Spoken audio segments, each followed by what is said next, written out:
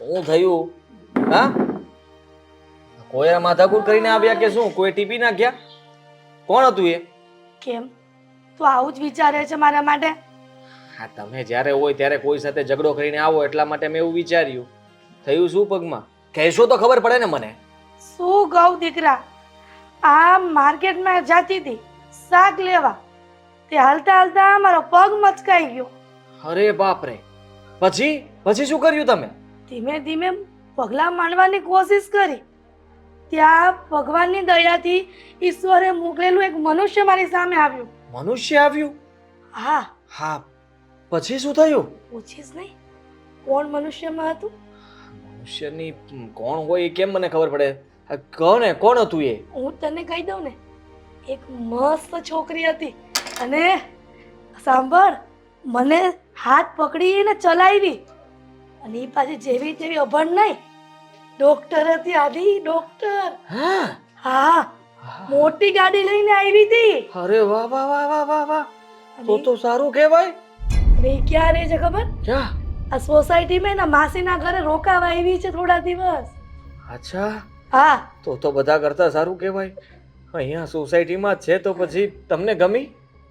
દીકરા શું વખાણ કરવા, એકદમ ગોરી ગોરી, પતલી કમર, ચટકનતી ચાલ, ફોર વ્હીલ ચલાવતી હતી તો મને એમ થયું કે આહાહા, આદિ મસ્ત ફોર વ્હીલ ચલાવતી હતી હો, મોટી ગાડી. અરે ફોર વ્હીલ ભલે ને જેવી ચલાવે અને એવી. કહેતી હતી કે એના બાપાની ને ઘણો બધો રૂપિયો છે. અરે વાહ! હા, તો પછી મારે એને હકારવી પડશે ને હવે. આદિ મને એવું લાગે છે ત્યાં તારું માંગનું રાખ્યું હોય ને તો પાછું ન પડે હો. હા, તો ત્યાં વાત ચલાવો ને મમ્મી. હા, તમે આટલું તો ફિટ કરીને આવ્યા દસો, મને વિશ્વાસ છે. મારી માં છે ને, હા, કોઈ દિવસ નમતું તો લઈ જ નહીં અને ટકાટક બધું ગોઠવીને આવી હશે. એ ગગા, હા, અહીંયા તારું ગોઠવવા નહોતી ગઈ, આ તો હાલતી હતી અને મારો એ સમય પગ મચકાવાનો થયો ને ભગવાનની દયાથી ઈ મને મળી ગઈ. અને સાંભળ, મેં તો ઓલી નાલાયકનો વખાણ જ કર્યા છે, બુરું નથી બોલી. હા, ચોખવટ કરી નાખીને. ચોખવટી વાતની કરી છે કે મારી વહુ અમને મૂકીને ભાગી ગઈ છે. હા, બરાબર કર્યું. બરાબર કીધું તમે. જે કહેવાનું હતું એ જ કીધું છે. એટલા માટે એને થોડી દયા આવવી જોઈએ. આપણે બંને બિચારા બની જવાનું છે. હવે તમે બાકીનું કામ મારા પર છોડી દો. હું 2-3 વાર એને મળીશ ને એટલે સમજો કે એ આવી ગઈ. કીધું પણ છે કે આવતા જતા અમારા ઘરે આંટો મારજે, અમે આ સોસાયટીમાં આટલા નંબરમાં રહી છીએ. હે? હા, હા, તો પછી રેડી મમ્મી. આ બધું જ ગોઠવાઈ ગયું છે. તમે જરાય ચિંતા નહીં કરો. એ કાર તો હવે અહીંયા જ આવશે. ઓય માં, અરે પણ શું થાય છે? ડોક્ટર મેડમ મીરા યાદ આવી ગઈ. મીરા? એનું નામ મીરા છે. હા, હા, મેં હા. નામ પૂછી લીધું છે દીકરા એનું. હા મમ્મી, તો પછી મફતમાં દવા પણ લેતી આવી હતી ને? આપી છે ને મને, એની મોટી ગાડીમાં દવાઓ પડી જ હોય છે, એટલા માટે થોડો ઓછો દુખાવો થાય છે. ત્યાં ને ત્યાં મને રસ્તામાં ગાડીમાં દવા પીવરાઈ દીધી બેટા. હે? હા, ડોક્ટર એટલે ડોક્ટર. ડોક્ટર એટલે ડોક્ટર. કેટલી રૂપિયા વાળી. તો કામ થઈ ગયું મમ્મી. મને તો એમ આપણે થયું જેવું કે- જોતું હતું એવું જ મળી ગયું. એમ પણ તમે કહેતા જ હતા ને. હા, તમે મતલબમાં મારા માટે ગોતતા હતા, હા, હું મારા માટે ગોતતો હતો. હા. મને ગોતતા ગોતતા ન મળી, તમને ન ગોતતા ગોતતા પણ મળી ગઈ. એટલે સારું થયું ને. આપણે જે જોતું હતું એ મળી ગયું છે. તો જલ્દી આ ધર્મના કામમાં ઢીલ થોડી હોય. જલ્દી થઈને આપણે વાત કરીએ, વાતને આગળ વધારીએ ને આ ઘરની વહુ બનીને આવશે. કહેતી હતી ગાડીમાં મને કે આંટી, હું કાલે નહીં પણ પરમ દિવસે તમારી ખબર કાઢવા આવીશ હા હા હા. અને કેવું છે કેવું નહીં પૂછીશ તમને.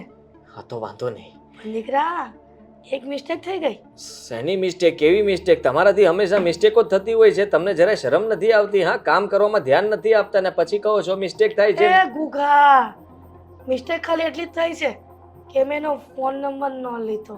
તમે ખાલી address ચિંતા નહીં આપ્યું. કરો ને. આ શહેરમાં હોય તો પણ હું ગોતી લઉં એવો છું. હા, એમાં તમે કીધું કે આ સોસાયટીમાં આવી છે એટલે તમે ચિંતા નહીં કરો. બધું થઈ ગયું, સમજી લો. હા, હા, લો પણ દીકરા ફ્રૂટ ખાવ. ફટાકડીઓ ફટાકડી? પૈસા વાળી. એ ફટાકડીને હું જ ફોડીશ. વાહ મારો દીકરો, વાહ. ફટાક.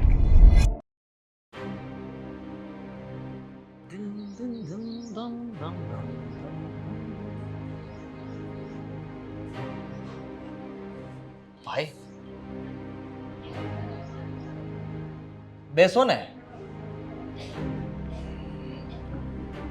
હા.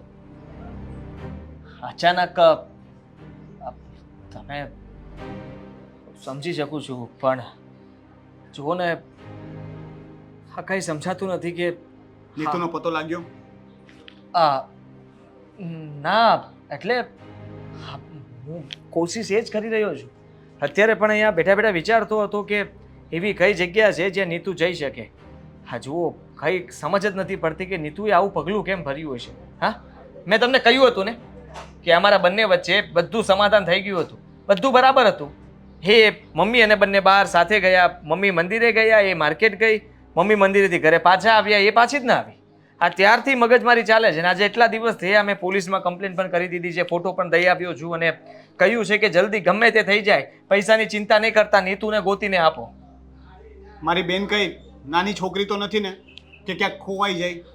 કંઈક તો એવું બન્યું હશે ને કે જેના કારણે એ ગાયબ થઈ ગઈ, કાં તો ઘરેથી કોઈને કહ્યા વગર ચાલી ગઈ. હા તો મને વિચાર જ ન આવ્યો. સાચી વાત છે તમારી. સાલું કંઈક તો એવું બન્યું જ હશે ને તો જ આવું થવું જોઈએ. પણ એવું બન્યું શું હશે એ વિચારવું પડશે ને. હવે તમે મને બનાવો છો. મને ખબર છે કુમાર કે તમારા ઘરમાં શું ચાલતું હતું અને તમે મારા મોઢે પણ ખોટું જ બોલતા હતા ને એ દિવસે કે તમારી વચ્ચે કંઈ નથી. સાચું બોલો, મારી બહેન ક્યાં છે? તમને ચોક્કસથી ખબર હશે ને? મને ખબર હોય તો હું સાચું કહી ના દઉં. હા અને જો અમારા વચ્ચે હવે ઝઘડો થયો હોત તો તમે મને ચોખ્ખા શબ્દોમાં છેલ્લી વાર કીધું હતું કે આજ પછી જો તમે ઝઘડો કર્યો તો મારી બેનને હું લઈ જઈશ અને તમારા લોકો ઉપર કેસ કરી દઈશ. જો આવું તમે જ કીધું હતું, મને આજે પણ યાદ છે. એટલે માટે મતલબમાં હું જો એવું કઈ ઝઘડો થયો હોત તો નીતુને તમારા ઘરે જ મૂકી જાત ને. હા તો એ પછી નીતુ મને મળી પણ નથી ને. તે દિવસે તમારા ઘરે આવ્યો તો તમે શું કહ્યું કે નીતુ ક્યાં છે ખબર નથી? એવું કેવી રીતે બને કે તમને ખબર જ નથી? હું બાથરૂમમાં નાઈને ફ્રેશ થઈને કપડાં પહેરતો હતો, લોક મારેલો હતો, એ લોકો બહારથી બોલીને જતા રહ્યા છે, મને તો ખબર જ નથી. મમ્મી પાછા આવ્યા ત્યારે મેં પૂછ્યું, કન્ફર્મ કર્યું. મેં તો તમને એવું જ કીધું હતું ને કે માર્કેટ ગઈ હશે, કાં મંદિરે ગઈ હશે. પણ એ માર્કેટ ગઈ હતી, મમ્મી મંદિરે ગયા હતા, બંને સાથે જ નીકળ્યા હતા. તમે પોલીસ કમ્પ્લેનમાં એવું કેમ લખાવ્યું કે તમે સૂતા હતા? સૂતો હતો એટલે હવે એ સવારમાં ગયા હશે તો કદાચ ત્યારે હું સૂતો પણ હોઉં ને. એક્ઝેક્ટ ટાઈમ મને ખબર નહોતી ને. હું જાગ્યો એટલે તરત ફ્રેશ થવા ગયો, ફ્રેશ થઈને હું જેવો બહાર આવ્યો તો તમે બોલતા હતા એટલે હું બહાર આવ્યો, તમારી સાથે વાત કરી, મને ખબર નહોતી એટલે મેં જે જવાબ આપ્યો એ આપ્યો તમને. કુમાર, હું તમને ફરીથી રિક્વેસ્ટ કરું છું, તમારી વચ્ચે એવું કંઈ પણ બન્યું હોય, તમને ખબર હોય કે નીતુ ક્યાં છે તો મને કહી દો, બરાબર છે? તમારી વચ્ચે જે પણ હશે એ હું જતું કરી દઈશ, પણ મને મારી બેન આપી દો ખાલી. તમે ખાલી મને એટલું કહી દો કે મારી બેન ક્યાં છે અને તમે એની સાથે કંઈ કર્યું હોય તો એ પણ કહી દો. હું કોઈને કંઈ નહીં કહું. સાહેબ તમે ગુસ્સો શું કામ કરો છો ને આવી રીતના ડરાવો નહીં. મને તમારા કરતાં વધારે ચિંતા છે નીતુની. નીતુ ક્યાં ગઈ હશે? મમ્મી ને અમે બંને રડતા રડતા થાકી ગયા છીએ અને આ સરખું જમતા પણ નથી ઘરમાં. જ્યારથી નીતુ ગઈ છે ત્યારથી ખબર નહીં મારી સાથે તો શું થાય છે. જુઓ હું નીતુ મળશે એટલે તમને પહેલા ફોન કરીને બોલાવી લઈશ. અરે ફોન શું, ત્યાં જ આવી જશું તમારા ઘરે, તમારી સામે. ક્યાં રહી નીતુ? અને એ ફોન લીધા વગર શું કામ જાય છે? તમે એને કહેતા કેમ નથી કે ફોન લઈને જવાનું? આવી રીતના ક્યારેક કંઈ થઈ જાય તો હવે કોણ જવાબદારી લેશે? ફોન પણ નથી લઈ જતી સાથે. સાવ સાચી વાત છે તમારી, મારી જ ભૂલ હતી. હા મેં જ ડરાવી હતી અને કે બહાર બધા ચોર ચક્કાઓ રખડતા હોય તો એ આપણા પર્સ કાપી જાય, ફોન ચોરી જાય, એટલા માટે ઘરે મૂકીને જવું. અરે ફોન જતો રહે તો હું બીજો લઈ આપત તમને.